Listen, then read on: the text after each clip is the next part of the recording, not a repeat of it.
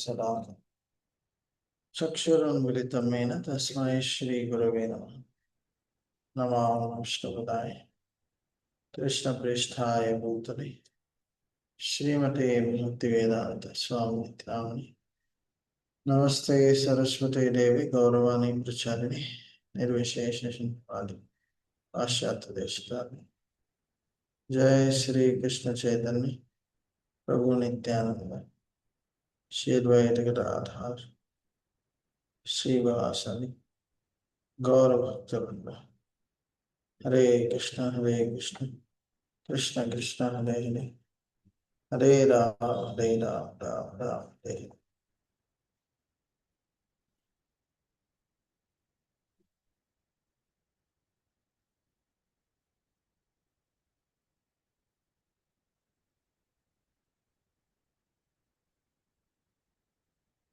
Okay,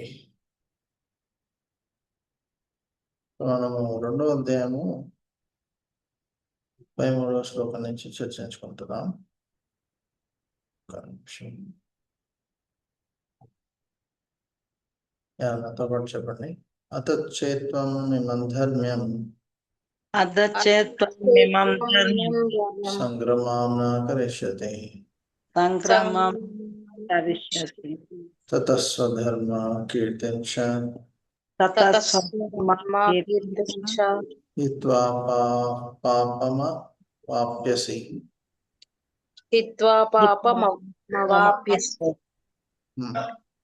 చదవండి ఎవరైనా. ఒకవేళ ఒక్క నిమిషం, ఎవరైతే చేతులు లేపారో వాళ్ళకి ఛాన్స్ ఇద్దాం, 1 by 1. ఒకవేళ నీవు నీ స్వధర్మమైన యుద్ధమును నిర్వహింపనిచో స్వధర్మమును పరచినందులకు నిశ్చయముగా పాపమునందుటయే కాక యోధుడుగా నీ కీర్తిని కూడా నీవు కోల్పోవుదువు. భాష్యము. అర్జునుడు ప్రసిద్ధిగాంచిన యోధుడు. శివునితో సహా పలువురు దేవతలతో యుద్ధం చేసి అతడు గొప్ప కీర్తిని సంపాదించెను. వేటగాని రూపంలో నున్నట్టి శివునితో పోరాడి అతన్ని ఓడించెను. ఆ విధముగా అతడు శివుణ్ణి మెప్పించి అతనుండి పాశుపతాస్త్రమును బహుమతిగా పొందెను. అర్జునుడు గొప్ప యోధుడని అందరూ ఎరుగుదురు. ద్రోణాచార్యుడు కూడా అతనికి అనేక వరములను మరియు గురువును కూడా వధింపగల శక్తివంతమైన ప్రత్యేక ఆయుధమును అతనికి ప్రసాదించెను. ఈ విధముగా అర్జునుడు పలువురు పెద్దల నుండి యుద్ధమునకు కావలసిన అర్హతలను సాధించెను. ఈ విధముగా స్వర్గాధిపతి మరియు జనకుడైన ఇంద్రుని నుండి అతడు వరములను పొందెను. కాని ఇప్పుడు అతడు యుద్ధమును త్యజించినచో అతడు క్షత్రియునిగా తన స్వధర్మమును నిర్లక్ష్యపరచుటయే కాకుండా యుద్ధము నుండి విరమించుట ద్వారా అతడు నరకమును పొందును. సో ఇక్కడ అర్జునుడి యొక్క స్వధర్మము యుద్ధం చేయడం. కానీ ఈ యుద్ధం చేయకుండా అతను తను యుద్ధం ఆపేసి అతను యాక్చువల్గా ఈవెన్ దానం అడగడానికి కూడా రెడీగా ఉన్నాడు. మొదటి అధ్యాయంలో ఎందుకు యుద్ధం చేయను అని అనేక కారణాలు కూడా చెప్పడం జరిగింది. కానీ శత్రుడిగా తన ధర్మాన్ని పాటించాలి. సో ఎందుకు మొదటిది ఏంటంటే భగవంతుడు చెప్పాడు కాబట్టి పాటించాలి. అలానే శత్రువులు కూడా ఎప్పుడైనా యుద్ధం వస్తే యుద్ధం చేయాలి. యుద్ధం వదిలేసి యుద్ధం చేయను అని అనడం వారి ధర్మం కాదు. సో మనకు స్వధర్మము సనాతన ధర్మం ఉంది.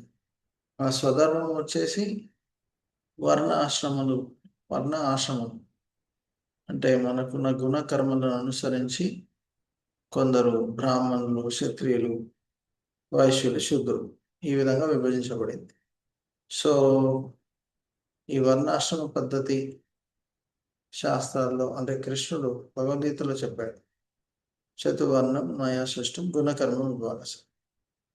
సో మన యొక్క గుణకర్మల్ని అనుసరించి ప్రతి ఒక్కరికి ఇది ఉంటుంది. వారి వారి వర్ణాలు, వారు బ్రాహ్మణుల, క్షత్రియుల అని. సో క్షత్రియులు వారి ధర్మం ఏంటి? రక్షణ చేయడం, ఎవరి నుంచి అధర్మం నుంచి, దొంగలు, ఇలా చెడు పరిస్థితుల్లో పెట్టేవారు, ఇలాంటి వారి నుంచి రక్షణ చేయడం. సో అది ఇక్కడ చేయకుండా అతను అన్ని వదిలేస్తే అది అతని ధర్మం కాదు. సో ఆల్రెడీ అర్జునుడు ఎంత గొప్ప బలశాలి యోధుడు అనేది అందరికీ తెలుసు. ఎన్నో వరాలని పొందారు. సో అలాంటిది యుద్ధం వదిలేస్తే తన స్వధర్మాన్ని నిర్లక్ష్యపరిచినట్టు. సో అందుకే ఇక్కడ చెప్పడం జరిగింది అలా చేయొద్దు అని. కృష్ణుడు చెప్తున్నాడు, నువ్వు యుద్ధం చేయడం నన్ను ప్రసన్నం చేస్తుంది, అలాగనే అది నీ స్వధర్మం. రెండు విధాలుగా నువ్వు చెయ్యాలి. నెక్స్ట్, అకీర్తం చాపి భూతాన్ని కథయిష్యంతి తే వ్యయం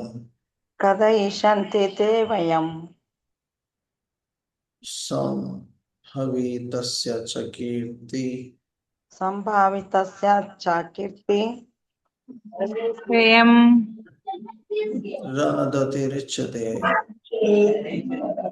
మరణదతిరిచ్యతే.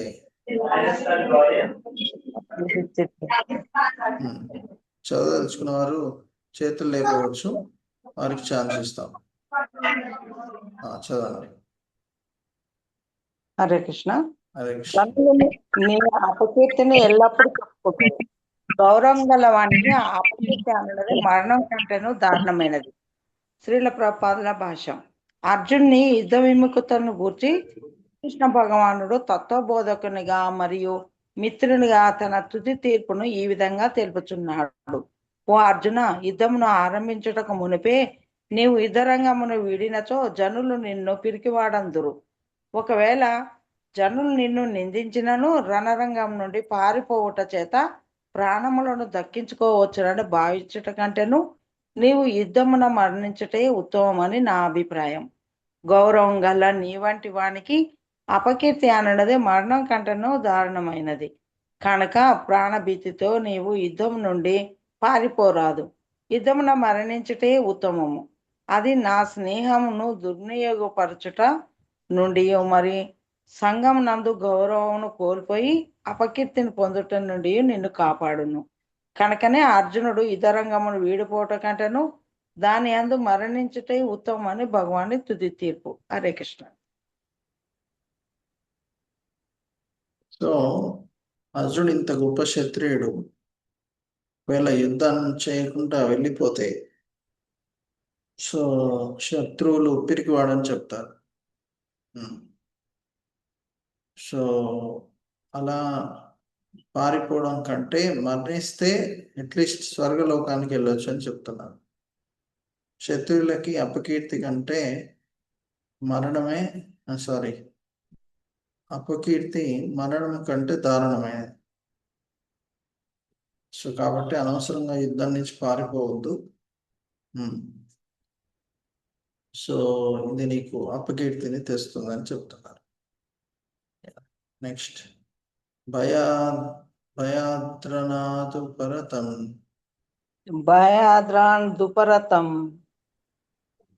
మత్స్యంతే త్వాం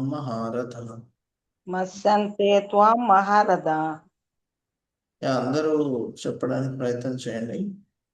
ఈ భగవద్గీత శ్లోకాలు చదవడం వల్ల మనకు మంచి జరుగుతుంది.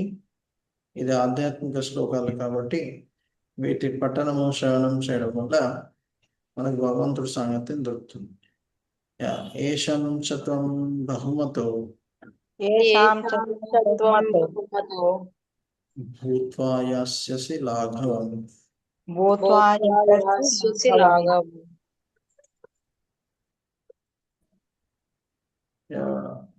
చదవదలుచుకున్న వారు చేతులు లేకపోవచ్చు, లేకపోతే చాట్లోనే చెప్పవచ్చు. లేకుంటే ఓకే డైరెక్ట్గా అన్మ్యూట్ చేసి చదవచ్చు ఎవరైనా. ఇప్పుడు చదవని వారు ఎవరైనా చేస్తారా?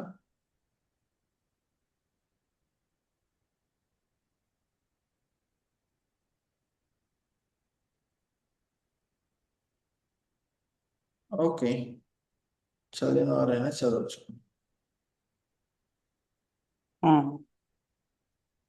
చదువుతాను. హరే కృష్ణ.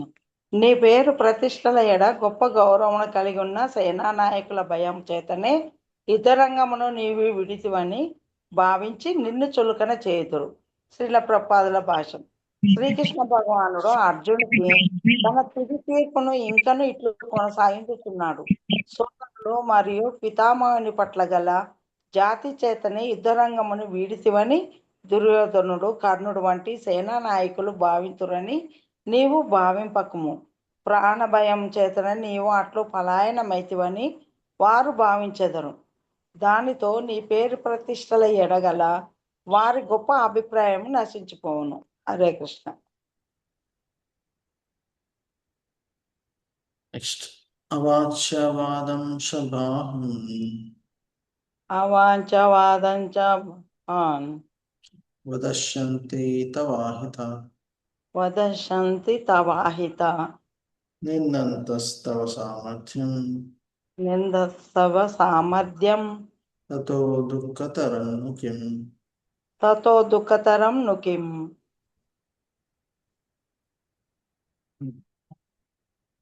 ఎవరైనా చదవండి.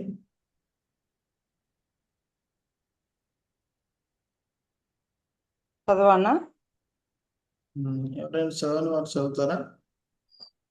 ఛాన్స్ ఇద్దాం ఫస్ట్ చదవని వారికి. సరే చదవకుంటే ఎగ్జామ్.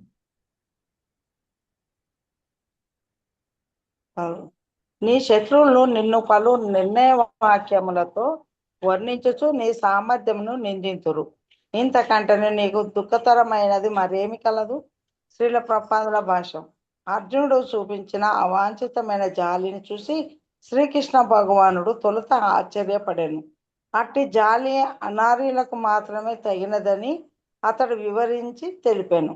ఈ విధంగా భగవానుడు అనేక వాక్యములతో అర్జునుని దాక్షిణ్య బుద్ధికి విరుద్ధంగా తన వాదనలను నిరూపించి ఉన్నాడు. హరే కృష్ణ. సో ఇలా శత్రువులు ఈ విధంగా మాట్లాడరు అని కృష్ణుడు చెప్తున్నాడు. అర్జునుడు చెప్పే విధంగా వాళ్ళు క్షత్రియులు తమ శౌర్యాన్ని చూపిస్తారు. ఏంటి వారి శౌర్యం అంటే యుద్ధంలో ప్రాణాన్ని తెగించడానికైనా సిద్ధంగా ఉంటారు క్షత్రియులు. సో అలా కాకుండా ఇలా అర్జునుడు భయపడము ఇవన్నీ వారు చేయరు. సో అందుకే ఇక్కడ ఆశ్చర్యపడుతున్నారు. ఇలా అర్జునుడు అనార్యుల్లాగా ఇలా చేస్తున్నాడు, ఇలా ఎవరు చేయరు అని చెప్తున్నారు. నెక్స్ట్ అహతో వా ప్రాప్యసి స్వర్గం అహతో వా ప్రాప్యసి స్వర్గం జిత్వా నా భోక్షసే మహిం జిత్వా నా భుక్షసే మహిం తస్మాదుత్తిష్ట కౌంతేయ తస్మాదుత్తిష్ట కౌంతేయ బుద్ధాయ కృత నిశ్చయ యుద్ధాయ కృత నిశ్చయ.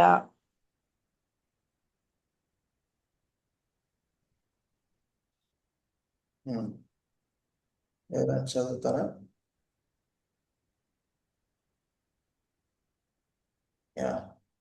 నేను చదువుతాను. ఓ కౌంతయ్య, నేను యుద్ధ రంగమున చంపబడి స్వర్గమును పొందుటే లేక యుద్ధమును జయించి రాజును అనుభవించుటే జరగరాదు. కావున కృతనిష్ఠుడవై నిలిచి యుద్ధము చేయము. ఏంటి